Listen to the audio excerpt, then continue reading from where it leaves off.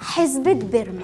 بيرما دي كانت ست من محافظة طنطا، بتستنى الفراخ بتاعتها تبيض لحد ما تجمع سبت بيض، وتشيل سبت البيض على قلبها وتروح تبيعه في السوق وترجع. في يوم من ذات الأيام الست بيرما ماشية بقفص البيض على قلبها وشايلاه، يقوم ولد طايش لابس بعجلته في سبت البيض ويقع كله يتكسر. بيرما قالت يا دي الخيبه ويا دي الويبه، وصرخت 2 في 3. الناس اتجمعت حواليها وقالت لها خلاص هدي نفسك يا حاجه، البيت ده هيعمل كام واحنا هنجمع لك حقه ونديكي تمن السبت. قوم بيرما الدقرمه تعمل ايه؟ قعدت تقول لهم لو لمتوهم 3 تتفضل بيضه، ولو لمتوهم 4 تتفضل بيضه، ولو لمتوهم 5 هتتفضل بيضه، ولو لمتوهم 6 برضه هتتفضل بيضه. بس بقى لو لمتوهم 7 مش هيتفضل حاجه. وفضلت الناس تلم 3 و4 و5 و6 و7 تفتكر حسبة بيرما دي بقى طلعت لها بكام بيضة؟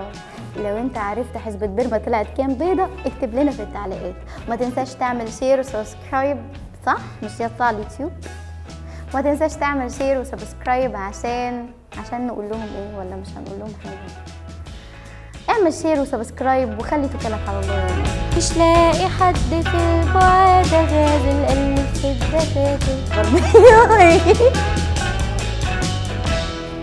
سوري صفي الضحك يا بنتي وعقلي علشان احنا ناس كبيرة وعقل.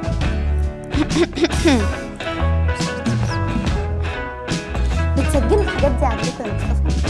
طب انا عايزه المقتطفات الغاليه، عايزه المتخلف اللي انا بطلعه ده.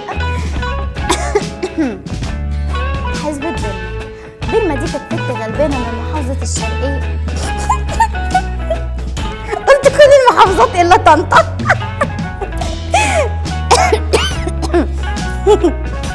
والله ده انا دماغ قاموس كده بتعلمه. سامعني كده ولا؟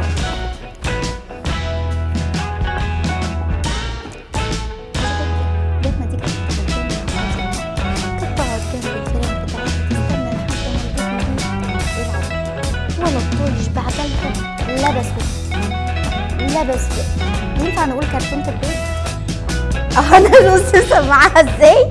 جيت هنا مفيش تقريبا البتاع ده بيجيب لي فقدان ذاكره مؤقت.